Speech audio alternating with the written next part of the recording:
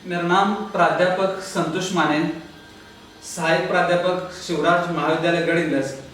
आज का पेपर है भाषा विज्ञान एवं हिंदी भाषा और इस पेपर का जो टॉपिक है वह है भाषा की विशेषताएं। भाषा का नाम आते ही जिस प्रकार हम देखते हैं कि आज साहित्य के क्षेत्र में भाषा का अध्ययन किया जाता है। हम भारत देश के साथ साथ पूरे विश्व की बात करते हैं तो प्राचीन काल से भाषा को लेकर उस पर अध्ययन किया जाता है, उस पर रिसर्च भी किया जाता है।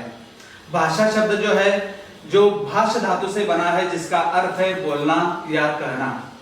सरल रूप से भाषा की परिभाषा हम देखते हैं तो विचार विनिमय करने का माध्यम भाषा है, इस प्रकार की इसकी परिभाषा मानी जाती है। भाषा को लेकर विद्वानों में कुछ मात्रा में भेद भी माना जाता है। आज भी मनुष्य के मस्तिष्क में भाषा को लेकर अनेक प्रश्न उठते हैं कि भाषा क्या है, भाषा क्या होती है, भाषा किस प्रकार है, उसका जन्म कब हुआ है या उसका प्रारंभ किस प्रकार से है, उसका विकास किस प्रकार से होता है। इस प्रकार के अनेक लालसा या जिज्ञासा हर एक मनुष्य में निर्माण होना स्वाभाविक माना जाता है। साहित्य के क्षेत्र में भी भाषा को लेकर इस प्रकार अध्ययन किया जाता है। तो इस अध्ययन के बाद जो बातें प्रस्तुत आते हैं भाषा की विशेषताएं, वह इस प्रकार है कि भाषा जो है तो पहली विशेषता है कि भाषा पैतृक संपत्ति नहीं है।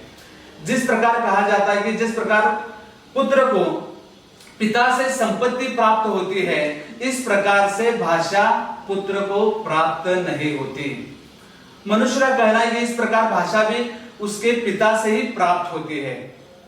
तो इस प्रकार वह संपत्ति की तरह वह प्राप्त नहीं होती। इसका अगर उदाहरण देखा जाता है तो भारत में अगर किसी बच्चे का जन्म होता है और जन्म होते ही उस बच्चे को अगर अमेरिका में रख दिया जाता है और बच्चा बड़ा होने पर अगर हम उस बच्चे को देखते हैं तो बच्चा अंग्रेजी भाषा में बातचीत करता है, बल्कि भारतीय भाषा में बातचीत नहीं करता।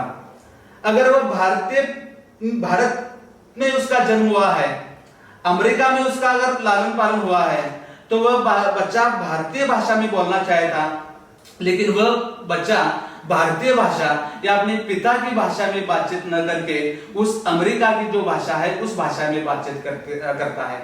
इसका कारण यही है कि बच्चे का जिस समाज में उसका उदर निर्वाह होता है उसी बच्चा उसी समाज से उस भाषा को सीखता है, जिसके कारण ये सिद्ध होता है कि भाषा पैतृक संपत्ति नहीं है। तो दूसरी जो विशेषता है भाषा अर्जित संपत्ति है। जिस प्रकार आज हम धन दौलत या संपत्ति का समाज से अर्जन करते हैं, ये अर्जन करने का जो गुण है ये भी मनुष्य में स्वाभाविक है, सरल है। क्योंकि जन्म से लेकर अगर हम मनुष्य के अगर हम स्वभाव की बात करते हैं तो वह हर समय अर्जन करने का प्रयास करता है।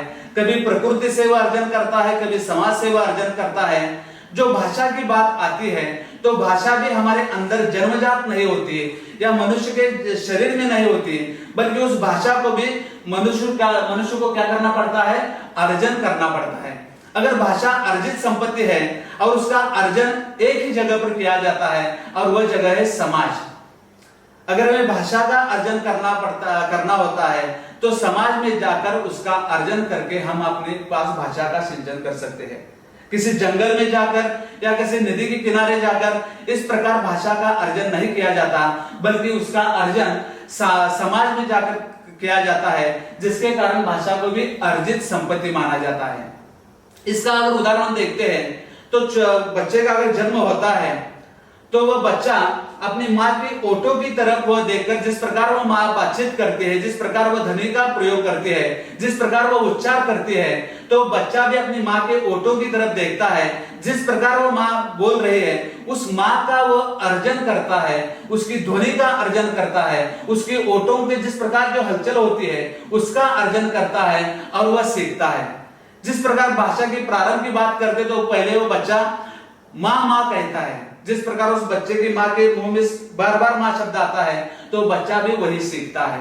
उसके बाद वो बच्चा दूधू भी सीखता है कि बार बार माँ उसे खिलाते समय दूध कहती है तो बच्चा भी उस दूध से दूधू कहता है। बाद में वो पापा कहता है, मतलब पा से पानी कहता है। इस प्रकार माँ कहना या दूध का दू कहना या पानी का पा कहना, ये बच्चा क्या करता है, अर्जन करता है, जिसके कारण भाषा को अर्जित संपत्ति भी माना जाता है। तीसरी विशेषता है भाषा अत्यंत सामाजिक वस्तु है। आज मनुष्य एक ऐसा सामाजिक प्राणी माना जाता है कि वह सिर्फ और सिर्फ समाज में ही रह सकता है। ऐसा नहीं कि कोई मनुष्य अगर किसी पहाड़ पर अकेला रहता है और पूरा जीवन उसने वहां पर बीता है, ऐसा शायद नहीं हो सकता, क्योंकि मनुष्य को सामाजिक प्राणी माना जाता है। वह समाज में ही उसका जड़न घड़न या संपूर्ण जीवन का विकास हो सकता है। भाषा को भी अत्यंत सामाजिक वस्तु माना जाता है। अगर हमें भाषा को सीखना है या ग्रहण करना है तो ग्रहण करने के लिए हमें समाज में जाना पड़ता है और समाज में जाकर उसका हम ग्रहण कर सकते हैं। हम स्थानीय भाषा को अगर हम छोड़ते हैं, आज मैं भारत में हूं, आज मेरी मातृभाषा मराठी है, तो मराठी भाषा सीखते समय भी मुझे समाज में जाकर उस भाषा को सीखना पड़ा। आज मैं हिंदी भाषा भी मैंने सीखी है, तो हिंदी का भी अर्जन मैंने समाज से ही किया है। आज अगर मैं रशियन भाषा को सीखना चाहता हूं तो मुझे क्या करना होगा, तो उस रशिया में जाकर वहां पर शिक्षा लेनी पड़ेगी, तब जाकर मैं रशियन भाषा में बातचीत कर सकता हूं, उसे सीख सकता हूं। तो भाषा अत्यंत सामाजिक वस्तु है। मतलब किसी भी भाषा को अगर हमें सीखना है तो उस भाषा के समाज में जाकर शिक्षा लेकर उस भाषा को हम सीख सकते हैं, उसे हम प्राप्त कर सकते हैं। जिस प्रकार मनुष्य समाज में जाकर वस्तुएं प्राप्त करता है, फिर वह खाने की वस्तु हो या पहनने की वस्तु हो, उसी प्रकार भाषा को भी वह मनुष्य समाज में ही जाकर उसे प्राप्त कर सकता है। ऐसा नहीं कि वो मनुष्य समाज भाषा को प्राप्त करना चाहता है और वह जंगल में गया, 1 साल रहा और भाषा सीख कर आया, ऐसा नहीं हो सकता। बल्कि सही समाज में जाता है। अगर हिंदी भाषा सीखना है तो भारत में ही शिक्षा लेनी होगी, या जर्मन भाषा सीखना है तो जर्मन में जाकर ही वहां पर हम भाषा सीख सकते हैं। इसके कारण कहा जाता है कि सामाजिक वस्तु है, क्योंकि भाषा सिर्फ और सिर्फ समाज से ही हमें प्राप्त हो सकती है। चौथी जो विशेषता है, भाषा चिर परिवर्तनशील है। इस सारे विश्व में अगर हम बात करते हैं तो संसार में ऐसी कोई भी वस्तु नहीं है जिसमें परिवर्तन नहीं होता। प्रकृति का यह शाश्वत नियम है कि परिवर्तन निश्चित है। यह भी शाश्वत नियम है कि जिस वस्तु का जन्म या प्रारंभ होता है, उस वस्तु की मृत्यु या उसका अंत भी निश्चित माना जाता है। तो ये प्रकृति का शाश्वत नियम है कि परिवर्तन होना। जो कल होता है वह आज नहीं होता, जो आज होता है वह कल नहीं होता। वह हम बात अगर भाषा की करते हैं तो भाषा भी इसी प्रकार है। जो हमारी भाषा जो कल की होती है वह आज नहीं होती, जो आज हमारी जो होती है वह भविष्य में नहीं होती। ऐसा कहा जाता है कि मनुष्य हर एक व्यक्ति की अपनी अलग अलग भाषा है, ऐसा भी माना जाता है।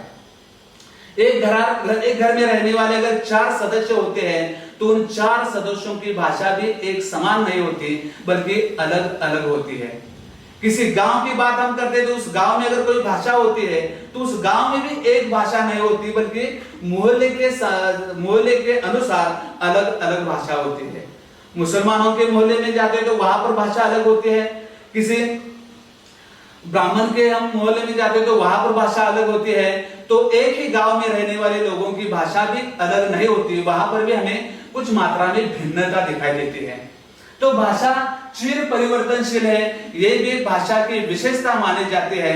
अतः इसका उदाहरण अगर हम देखते हैं तो आज की जो हिंदी भाषा है वह ऐसा नहीं कि जिस प्रकार मानव जाति का प्रारंभ हुआ उस समय से ही हिंदी भाषा चल रही है। जिस प्रकार मनुष्य में परिवर्तन होता है उसी प्रकार से हर युग में हर समय भाषा में भी परिवर्तन होता रहता है। अगर हम प्राचीन साहित्य की ओर जाते हैं तो आज हिंदी भाषा है, पीछे पीछे अगर हम चले जाते हैं तो हिंदी का भी परिवर्तन रूप उस समय दिखाई देता है जो अपभ्रंश भाषा है। भाषा के अगर परिवर्तन की अगर हम बात करते हैं तो सर्वप्रथम भाषा संस्कृत भाषा मानी जाती है। ये भारत के अधिकतर भाषाएं या सर्व भाषाएं इस संस्कृत भाषा से ही उन भाषा आज की भाषाओं का जन्म हुआ है, ऐसा कहा जाता है। जिसके कारण संस्कृत भाषा आदि भाषा है, वह देव भाषा भी के रूप में भी उस संस्कृत भाषा को देखा जाता है। उस युग में संस्कृत भाषा थी, उस समय उस संस्कृत भाषा में अनेक साहित्य लिखा, जैसे कालिदास है, भवभूति है। उस समय उस संस्कृत में भी 2 विभाग हुए, एक वैदिक संस्कृत और दूसरा लौकिक संस्कृत। युग परिवर्तन के अनुसार जिस प्रकार काल बढ़ता गया तो संस्कृत भाषा भी आगे आ न सकी, बल्कि संस्कृत भाषा में परिवर्तन हुआ, पाली भाषा का निर्माण हुआ। एक कालखंड पाली भाषा का रहा, पाली भाषा में परिवर्तन हुआ, प्राकृत भाषा का निर्माण हुआ। प्राकृत भाषा का भी एक कालखंड रहा, वह उस काल से आगे के काल में आ न सके तो प्राकृत में परिवर्तन होकर अपभ्रंश भाषा का निर्माण हुआ। और अपभ्रंश भाषा जो है उसका भी काल निश्चित है, उस भाषा में भी परिवर्तन हुआ और आज की हिंदी भाषा का निर्माण हुआ है। तो इस तरह भाषा भी चिर परिवर्तनशील होती है। जिस प्रकार संस्कृत शब्द जो कर्म था, वो आज अगर हम उस कर्म शब्द को देखते हैं तो आज हमारी भाषा में कर्म भी शब्द प्रचलित है और कर्म का परिवर्तित रूप कम या काम शब्द भी आज हम देख सकते हैं, जो परिवर्तन के रूप में आज की भाषा में वह शब्द विराजित है। ऐसे अनेक शब्द हैं, जैसे दुग्ध से दूध शब्द है, कृष्ण से किशन शब्द है। जो कृष्ण जो प्राचीन काल का शब्द है, लेकिन उसमें भी परिवर्तन हुआ और वह उस शब्द काना, किशन, इस प्रकार के अनेक शब्द बदले हुए या परिवर्तित हुए आज के जमाने में हम देख सकते हैं। सर्प से साप शब्द है, प्राचीन काल में सर्प शब्द था, लेकिन आज साप शब्द है, यह भी परिवर्तित ही रूप है। शब्द में परिवर्तन होता है, अर्थ में परिवर्तन होता है, भाषा में भी परिवर्तन होता है। तो इस तरह प्रकृति का जो नियम है कि संसार में परिवर्तन निश्चित है, इसी प्रकार यह नियम भाषा को भी लागू है, जिसके कारण कहा जाता है भाषा चिर परिवर्तनशील है। पांचवी जो विशेषता है, भाषा का अर्जन अनुकरण द्वारा किया जाता है। अतः यह भी यहां पर अनुकरण को महत्व दिया है। इस मनुष्य के जन्म से लेकर अगर हम बात करते हैं तो मनुष्य का यह भी उसका सहज स्वभाव है कि जन्म से लेकर वह अपने जीवन यात्रा में हमेशा अनुकरण करता ही रहता है। ऐसा नहीं कि जन्म लेने के बाद उसने खुद कुछ करने का प्रयास किया है, ऐसा नहीं, बल्कि अनुकरण भी उसका एक निश्चित नियम माना जाता है। जिस प्रकार जन्म से ही अगर हम देखने का प्रयास करते हैं तो बच्चा भी क्या करता है, अपनी माँ का अनुकरण करता है। जिस तरह वो माँ कहती है, दूध कहती है, पानी कहती है, तो बच्चा भी उस माँ के शब्दों का अनुकरण करता है, दूध शब्द का उच्चार करने का प्रयास करता है। पहला तो उच्चार उसका दूध होता है, लेकिन उसका अनुकरण बार बार करके दूध से दूध शब्द बन जाता है। वो बच्चा अपनी माँ से पानी शब्द को लेकर भी अनुकरण करता है, पा पा कहते हुए वह पानी का भी अनुकरण करता है। तो इस तरह भाषा का अर्जन भी अनुकरण द्वारा ही किया जाता है। आज के जमाने में हम देखते हैं कि भाषा सीखकर भी मनुष्य सीखते हैं, लेकिन अनुकरण से किस प्रकार से भाषा सीखी जाती है उसका अगर हम उदाहरण देखने का प्रयास करते हैं तो आज के जमाने में भी अगर भारतीय कोई बच्चे को अगर हम किसी इंग्लैंड में छोड़ देते हैं और वो बच्चा वहां बड़ा होने लगता है, तो बच्चा जन्म से लेकर उस इंग्लैंड में रहने वाला जो समाज है, उस समाज जो बोलने वाली उसकी जो भाषा है, उस भाषा का वह अपने बचपन से अनुकरण करते हुए जब वह बच्चा युवा हो जाता है तो वह स्पष्ट रूप से भाषा में बातचीत करता है, तो पूरी तरह अंग्रेजी भाषा को सीखता है। भारतीय बच्चा होकर भी वह अंग्रेजी भाषा सीखता है, क्योंकि वह अनुकरण करता है, इंग्लैंड के समाज का अनुकरण करता है, उनकी भाषा का अनुकरण करता है, जिसके कारण यह भी एक महत्वपूर्ण विशेषता मानी जाती है कि भाषा का अर्जन अनुकरण के द्वारा किया जाता है। अगली जो विशेषता है, भाषा का स्थिर मानक रूप होता है। जिस तरह यहाँ पर भाषा, जिस तरह मनुष्य का जो जीवन प्रवाह है कि जिस प्रकार उसका जन्म होता है, वह शैशव अवस्था में पहुंचता है, उसके बाद युवा अवस्था में पहुंचता है, उसके बाद प्रौढ़ावस्था में पहुंचता है, उसके बाद वृद्धावस्था में पहुंचता है, इसी प्रकार से भाषा का भी प्रवाह या जीवन प्रवाह माना जाता है। जिस प्रकार हम देखते हैं तो भाषा का एक स्थिर मानक रूप होता है। आज हम हिंदी की बात करते हैं तो भारत में लगभग अगर हम भाषाओं के बारे में देखते हैं तो भारत अनेक भाषाओं का देश कहा जाता है। आज अगर हम इंग्लैंड में जाते हैं तो वहां पर एक ही भाषा है, लेकिन भारत ही ऐसा एकमात्र देश है जिस देश में अनेक भाषाएं एवं बोलियां हैं। कहा जाता है कि 1200 से ऊपर भाषाएं एवं बोलियों की संख्या इस भारत में है। भारतीय संविधान की बात करते हैं तो संविधान में 18 से ऊपर भारत में प्रमुख भाषा है ऐसा कहा जाता है। जिस प्रकार इन सारे विविधता को देखकर भारतीय समाज को एकता में स्थापित करने के लिए हिंदी भाषा को चुना और राष्ट्रभाषा या राजभाषा या राज्य भाषा का उसे दर्जा दिया। जिस प्रकार हिंदी की बात करते हैं तो आज भी प्रांतों के अनुसार अगर हम हिंदी देखते हैं तो ये विविधता है। जो कश्मीर में हिंदी है वो बिहार की हिंदी से थोड़ी मिलती जुलती कम है। महाराष्ट्र हिंदी और मध्य प्रदेश की हिंदी में थोड़ा अंतर है। इन सारी बातों को ध्यान में रखकर संपूर्ण भारत में एक ही भाषा हो, इसके लिए भी उस भाषा का एक रूप बनाया है जिसे हम स्थिर या मानक रूप कह सकते हैं। मानक का अर्थ है माना हुआ। तो आज भाषा हिंदी भाषा जो है राजभाषा, ये माना हुआ रूप हम मान सकते हैं। मानक के रूप में उसे हमने स्वीकार किया है।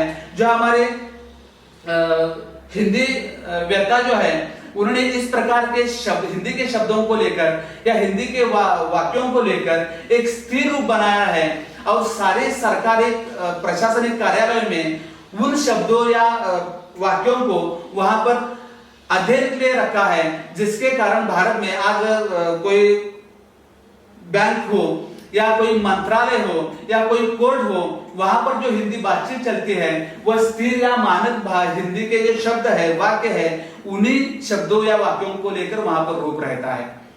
जिस प्रकार हिंदी का भी एक मानक रूप है तो इस तरह भाषा का एक स्थिर मानक रूप होता है। अतः यहाँ पर यह भी एक बात आती है कि जब कोई एक भाषा को बंदी बनाया जाता है तो उस भाषा का विकास रुक जाता है। आज हिंदी का मानक रूप बना है। कभी प्राचीन काल में संस्कृत भाषा का भी इस प्रकार एक रूप बनाया, जिसके कारण कहा जाता है कि संस्कृत भाषा का उस समय विकास रुक गया और संस्कृत भाषा वही थम गई। आज संस्कृत भाषा शायद समाज में हम नहीं देख सकते।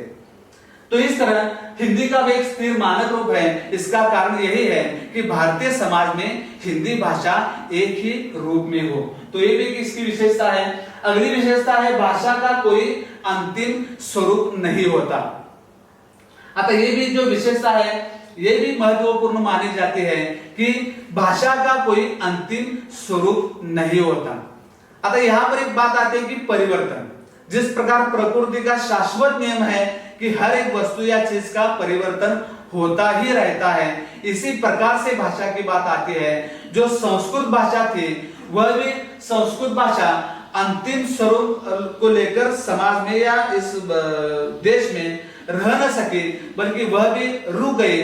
पाली भाषा में उसने रूप लिया, पाली के बाद प्राकृत में रूप लिया, प्राकृत के बाद अपभ्रंश भाषा में रूप लिया, उसके बाद उसने हिंदी भाषा में रूप लिया। तो यहाँ पर एक बात आती है कि किसी भी भाषा का अंतिम स्वरूप नहीं होता। आज अगर हम देखते हैं कि संस्कृत भाषा का अंतिम स्वरूप कौन सा था, अगर यह प्रश्न उठता है तो कोई भी शायद विद्वान संस्कृत भाषा के अंतिम रूप को बता नहीं सकेगा। आज भी हिंदी की बात करते हैं तो आज शायद हिंदी भाषा का विकास चरम सीमा पर पहुंचा है या आज हिंदी भाषा अंतिम स्वरूप पर है, ये भी कोई बता नहीं सकता। क्योंकि कल की जो हिंदी थी वह आज की हिंदी नहीं है। कल की हिंदी भारतीय भाषा से जुड़ी हिंदी थी, लेकिन आज की हिंदी जो है वह अंग्रेजी भाषा से जुड़ी है, उर्दू भाषा से जुड़ी है, अरबी भाषा से जुड़ी है, जिसके कारण आज की हिंदी पर भी सवाल उठता है क्योंकि आज की हिंदी सचमुच हिंदी है या उसने परिवर्तन किया है या उसका परिवर्तन हो रहा है। तो इस तरह भाषा का कोई अंतिम स्वरूप नहीं होता। तो ये भी एक विशेषता महत्वपूर्ण मानी जाती है। अगली विशेषता है भाषा परंपरागत वस्तु है। जिस प्रकार हम घर की बात करते हैं तो घर में जिस प्रकार परंपरागत बातें होती है कि दादा का जो घर होता है वो पिता को प्राप्त होता है, पिता का घर जो होता है वो उसके पुत्र को प्राप्त होता है, उस पुत्र का घर भी उसके पुत्र को प्राप्त होता है, उसी प्रकार से भाषा भी परंपरागत वस्तु है। जिस प्रकार एक घर का सिलसिला हमारे घर में ही चलता है, उसी प्रकार से ये सिलसिला भाषा को लेकर भी होता है। हमारे जो दादा की भाषा होती है वही हमारे पिता की भाषा होती है, वही भाषा पिता से पुत्र को प्राप्त होती है और अगले पुत्र को वह प्राप्त होती है। तो इसे भी परंपरागत वस्तु माना जाता है। सिर्फ एक मनुष्य नहीं, समाज को लेकर भी हम देख सकते हैं। आज की जो समाज की जो भाषा होती है वह भी परंपरा के अनुसार अगले समाज को प्राप्त होती है, जिसके कारण से भी भाषा को कहा जाता है कि भाषा परंपरागत वस्तु है, जो परंपरा के रीत के अनुसार जो भी इस संसार में चलता है, इसी प्रकार से भाषा का भी ये सिलसिला चलता रहता है। अगली जो विशेषता है, भाषा की भौगोलिक सीमा होती है। अतः यहाँ पर सीमा की बात आई है, भौगोलिक सीमा की बात आई है, तो ये भी एक विशेषता महत्वपूर्ण मानी जाती है कि हर एक भाषा की अपनी भौगोलिक सीमा होती है। जिस तरह भारत में हम अलग अलग प्रांत देखते हैं, विविध भाषाओं का हम देश मानते हैं, तो यहाँ पर भी विविध भाषाओं का देश देखते समय प्रांत के अनुसार हम भाषा का स्वरूप या उसका रूप हमें देखने को मिलता है। अगर हमें कन्नड़ भाषा को देखना है तो दिल्ली में जाकर उसका हमें रूप दिखाई नहीं देगा, बल्कि कन्नड़ भाषा को देखने के लिए हमें कर्नाटक में जाना पड़ता है, या मलयालम में केरल में जाते हैं तो वहां पर मलयालम भाषा दिखाई देती है, तमिलनाडु में जाते हैं तो वहां पर तमिल भाषा दिखाई देती है। तो यहाँ पर एक विशेषता ये भी आती है कि हर एक भाषा की अपनी भौगोलिक सीमा होती है। महाराष्ट्र की मराठी है, जो महाराष्ट्र के ही प्रांत में है, राज्य में है, ऐसा नहीं कि मराठी भाषा बेंगलोर में भी प्रचलित है। तो इस भौगोलिक सीमा जो महाराष्ट्र का है उसी में सीमित यह भाषा है। तो महाराष्ट्र की तरह कर्नाटक है, कन्नड़ भाषा को लेकर हम देख सकते हैं। तो कर्नाटक का जो प्रांत है, जो सीमाएं हैं, उन सीमाओं के अंदर ही वह कन्नड़ भाषा हम देख सकते हैं। कोई भी भाषा अपनी सीमाओं को पार करके आगे जा नहीं सकती, या कोई भी भाषा सीमाओं को पार करके आ नहीं सकती। इसके कारण हर एक भाषा की अपनी भौगोलिक सीमा होती है, यह भी विशेषता खास मानी जाती है। तो इस प्रांत के अनुसार अगर हम देखते, हमने राज्यों के बारे में देखा है, हर एक स्थान या हर एक जगह को अगर जगहों को लेकर अगर हम देखते हैं तो जिस प्रकार कहा जाता है कि 4 कोस पर अगर पानी बदलता है तो 8 कोस पर वाणी बदलती है, यह भी एक नियम है या ये भी एक विचार माना जाता है, और यह सही है। जो पानी जो हर जगह बदलता रहता है उसी प्रकार से वाणी भी बदलती रहती है। आज हम कोल्हापुर की भाषा अगर हम देखते हैं तो कोल्हापुरी जो भाषा है वह कोल्हापुर के जिले के अंतर्गत ही है। ऐसा नहीं कि कोल्हापुरी जो भाषा है वो पुणे में या सोलापुर में है। तो हर एक भाषा की सीमा होती है, भौगोलिक सीमा होती है। कोल्हापुर की जो भाषा है वो कोल्हापुर में सीमित है, मुंबई की जो भाषा है वो मुंबई में सीमित है, विदर्भ की जो भाषा है वो विदर्भ में सीमित है। इधर हम रत्नागिरी राजापुर में जाते हैं तो यहाँ वहां पर ये मराठी भाषा है, लेकिन उनकी भाषा भी कोंकण की जो है मराठी वहां पर सीमित है। तो यहाँ पर बोलियों को लेकर या भाषाओं को लेकर बात देखते हैं तो प्रत्येक भाषा, हर एक भाषा जो होती है, हर एक भाषा की अपनी भौगोलिक सीमा होती है, ये भी विशेषता महत्वपूर्ण है। अगली जो विशेषता है, प्रत्येक भाषा की ऐतिहासिक सीमा होती है। यह भी विशेषता है कि प्रत्येक भाषा की ऐतिहासिक सीमा होती है। अतः जिस प्रकार का हमारा भारत प्राचीन इतिहास वाला देश माना जाता है, प्राचीन भारतीय इतिहास में अलग अलग इतिहास के हम युग देखते हैं। कभी इस देश पर मुगलों का, अरबों का राज्य था, मुगल चले गए, मुगलों का राज्य गया, अंग्रेजों का शासन आया और अंग्रेज चले गए, आज भारत का शासन है। अगर हम पीछे पीछे चले जाते साहित्य के माध्यम से या युगों के माध्यम से, तो पीछे चले जाने के बाद इसके पहले अंग्रेजों का शासन था, उसके पहले मुगलों का शासन था, उसके पहले अगर हम देखते हैं तो भारत में विविध राज्यों का भी इस शासन था। जिस प्रकार का ये प्राचीन काल का इतिहास है, उस इतिहास के अनुसार ही उस समय वह भाषा इतिहास के रूप से वह कार्यरत रही है। आज भारत आजाद हुआ है, जो आज आजाद भारत की हम जो राष्ट्रभाषा देखते हैं वह हिंदी देखते हैं। प्रशासकीय सरकारी कार्यालय की भाषा अगर हम देखते हैं तो वह हिंदी भाषा देखते हैं। लेकिन इसके पहले जब अंग्रेजों का इतिहास था, अंग्रेजों का जो युग था, उस अंग्रेजों के युग में अगर हम देखते हैं तो उस समय सरकारी कामकाज की भाषा अंग्रेजी थी। ये इतिहास ये भी माना जाता है कि जिस पर मुगलों का शासन जो हम देखते हैं तो उस समय अरबी उर्दू भाषा जो मुगलों की थी, उन्होंने उस भाषा में कामकाज किया। जो उनका इतिहास जो है, उनके इतिहास के अनुसार उनकी भाषा उस समय राजभाषा के रूप में या कार्य के रूप में हमें देखने को मिलती है। तो ये भी एक विशेषता है कि भाषा की ऐतिहासिक सीमा होती है। अगली विशेषता है कि भाषा की अपनी संरचना होती है। आज हम हिंदी भाषा की बात करते तो उसकी अपनी संरचना है।